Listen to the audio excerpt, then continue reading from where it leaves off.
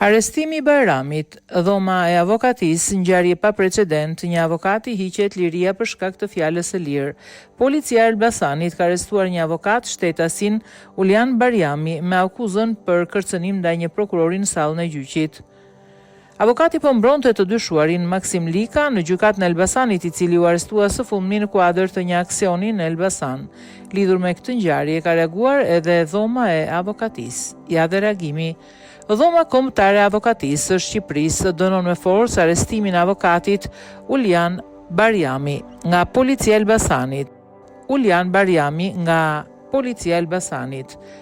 Nga sa dhoma e avokatisë ka marrë dieni, rezulton se një përballje armëve të barabarta në sallën e gjykimit sipas ligjit ka përfunduar në një abuzim të autoriteteve të prokurorit, duke mos pranuar debatin gjyqësor, por duke urdhëruar prangosjen e avokatit Ulian Barjami, antar i dhomës së avokatisë Tiranë, qëndrimi i dhomës së avokatisë së Shqipërisë.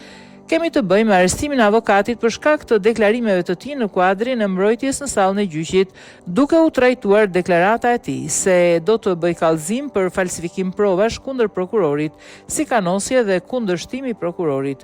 Ngjarje kjo e pa precedent ku një avokat i hiqet liria për shkak të fjalës së lirë në sallën e gjykimit, ku ai shpreh mendimin për falsitetin e provës dhe përgjegjësisë që sipas avokatit duhet të mbajë autori i falsifikimit, dhe në këtë rast është prokurori.